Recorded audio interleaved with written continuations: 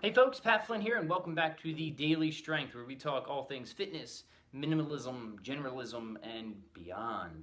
How's that for a tagline? Doesn't make any sense. That's okay. I want to talk about the question of whether or not you can build muscle with kettlebells, or whether or not you can build muscle with body weight. The question really, it seems to be, is can you build muscle with anything that isn't either a barbell or dumbbells? And the reason that this question comes up a lot is when you look at a lot of people who tend to be very muscular, it seems that they're mostly training with either a barbell or a set of dumbbells. And this is a question that I get asked a lot since I use a lot of kettlebells is, Pat, can you build muscle with kettlebells? The short answer is yes. Of course you can build muscle with kettlebells. Of course you can build muscle with just your own body weight. Muscle is not specific to a contraption. Muscle is specific to resistance. So it doesn't matter what the tool is or whether you're not using any tool at all except for your own body. So long as you understand how to use progressive overload, how to apply resistance, you can build muscle with anything. I promise you. Now, that being said, there may be tools that are better or worse depending on the job that you want to achieve. For example, the barbell is probably going to be more useful for building strength or muscle in the lower body than either kettlebells or body weight, simply because it's just a lot easier to load resistance in the big moves like squats or deadlifts with a barbell than it is kettlebells. So the kettlebell, for example, the heaviest you can go with kettlebells before they get all weird looking is about 106 pounds. So if you have two really heavy kettlebells, that's what, a 212-pound deadlift? That's just not that impressive. No offense, but you're probably going to want to go beyond that, or you're probably going to outgrow that fairly quickly, and that's where something like a barbell can come in and fill that gap. Same thing with squats. Kettlebell front squats, one of my favorite exercises. I think they're great for developing just overall full body strength.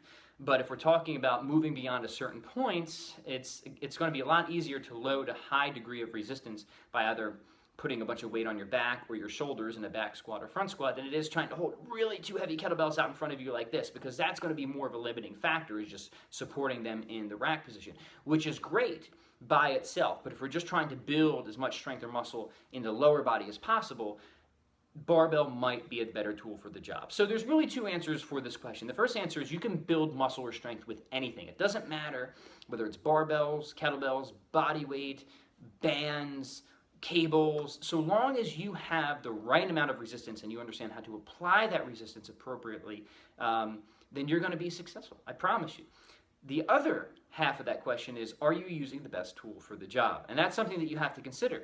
You have to consider what your goals are and how far you want to go. Because for most people, most of the time, you can probably build all the strength and muscle you want just with kettlebells or just with your body weight. But once you decide you want to go beyond a certain point, once you want to decide you want to reach a certain level, it's probably worth it to start asking the question, am I using the best tool for this specific job? And almost always, you end up using a mix of tools, right? You might use, kettlebells for one thing, one movement pattern, and one muscle group. You might use barbells for another. You might use body weight for this. And then you kind of start to use a mixed modality approach. And I've always found that that's just the best approach for just really any goal in general, because inherently there's always going to be a specific tool for every job. Like some tools, some pieces of exercise equipment are just always going to be able to do some job better than other tools. So it makes sense inherently to evolve into sort of a mixed modality approach to exercise. I just did a podcast on this where I went over what I believe the 4 best pieces of exercise equipment are. So I'll be sure to link that below.